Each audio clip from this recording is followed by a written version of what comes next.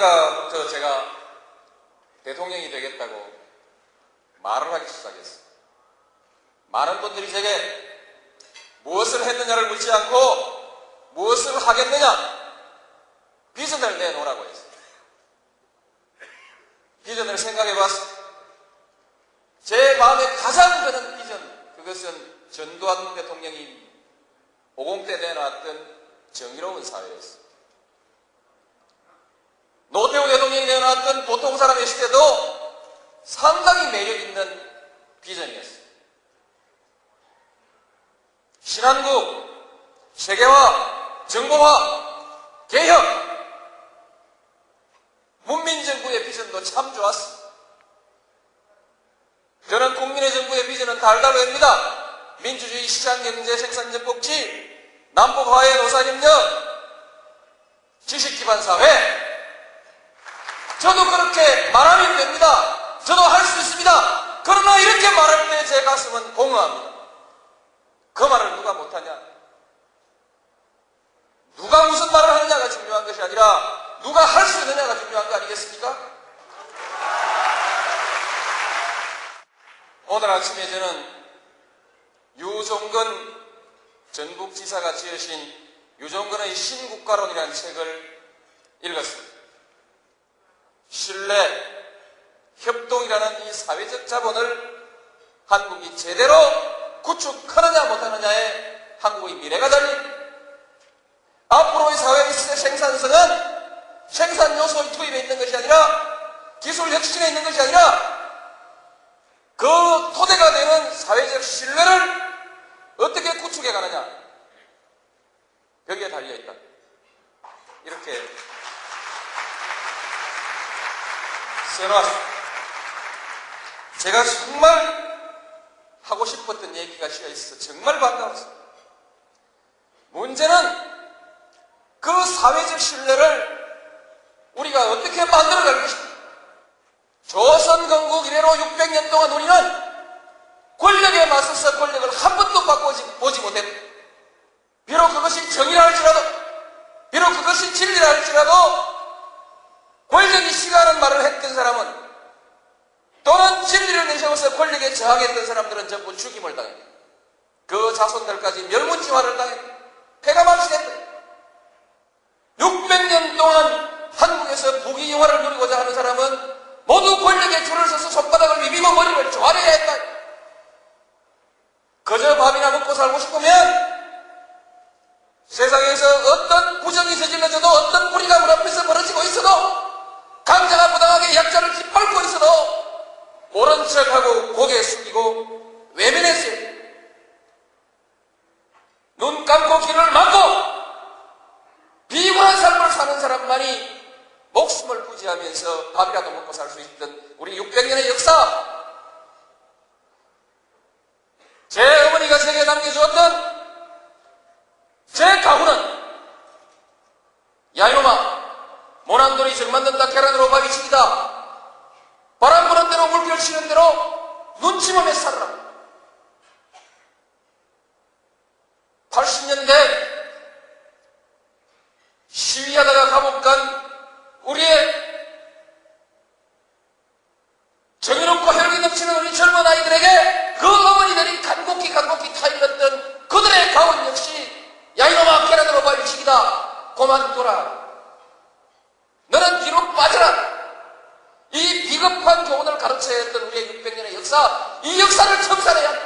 권력에 맞서서 당당하게 권력을 한번 쟁취하는 우리의 역사가 이루어져야만이 이제 비로소 우리의 젊은이들이 떳떳하게 정의를 얘기할 수 있고 떳떳하게 불의에 맞설 수 있는 새로운 역사를 만들어낼 수 있다. 저는 민주당의 후보가 되는 순간 국민들에게 정계 재편을 제안할 것입니다. 지금의 이 정치 구도로서는 싸움밖에 할 것이 없습니다. 지역끼리 싸우니까 국회의원들도 국회에 가면 지역끼리 싸워야 합니다. 싸우지 않는 국회의원은 자기 고향에서 인기가 떨어집니다. 정치가 제대로 되려면 지역 구도를 해체하고 이념과 정책에 의해서 당을 다시 만들어야 합니다. 제대로 된 정치를 할 수 없는 이 왜곡된 정치 구도를 풀어버리고 국민을 위해서 진정한 정치를 할 수 있는, 정책에 의해서 당당하게 경제하고 인물에 의해서 평가받는 정상적 정치를 만들어가는 정계의 재편입니다. 따라서 이것은 역사의 승리에 맞습니다.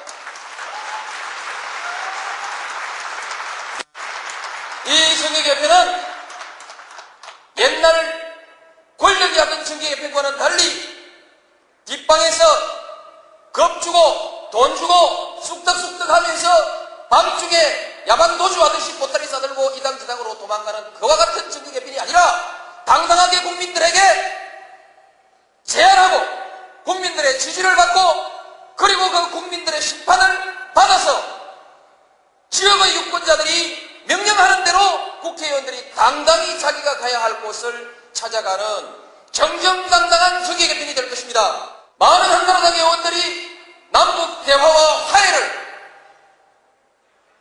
지지하는데 이해창 총재는 사사건건 남북 대화를 반대하는 냉전주의를 가지고 가슴을 치는 일이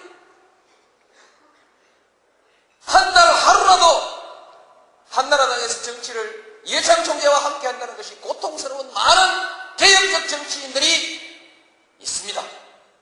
이들에게 명분과 기회가 주어지고 국민의 지지가 모아진다고 하면 왜 움직일 수 없겠습니까? 그들은 이제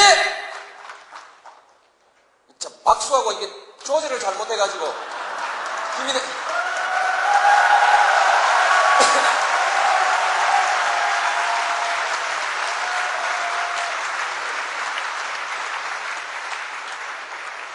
정계개편 하면서 지방자치 선거 치르고 정계개편 완성하면서 대통령 선거 치르고 2003년 2월 새 정부가 출범할 때에는 우리 민주당이 여대 국회로서 안정된 정치적 토대 위에서 이제 본격적인 개혁을 그리고 본격적인 남북대화를 진행해 나갈 수 있는 그런 정당으로 그런 정부로 새롭게 출발하게 될 것입니다. 여러분, 1년 전에도 했고 올해도 하고 내년에도 해야 되고 우리가 일상적으로 집에 청소하듯이 조금씩 개량해야 되는 일이라면 저는 모든 것을 총리에게 맡겨야 된다고 생각합니다. 대통령은 아직 과거에 주먹으로 해결하던 우리 사회의 많은 갈등 해소와 조정의 문제를 직접 관장해야 합니다.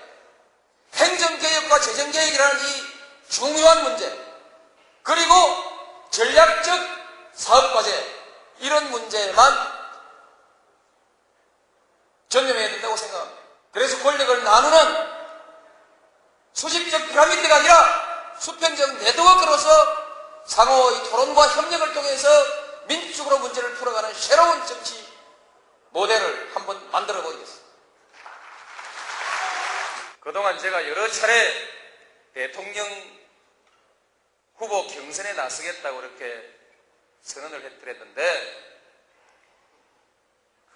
아직 공식이 아니라고 보는가 싶습니다. 그래서 오늘 공식 선언하냐고 자꾸 묻길래 공식한 공식이 어디 있냐고 그랬더니 공식으로 해야 신문에 써준대요. 그래서 오늘 이 얘기를 대통령 후보 경선에 나서는 공식 선언으로 받아들여 주시기 바랍니다. 그리고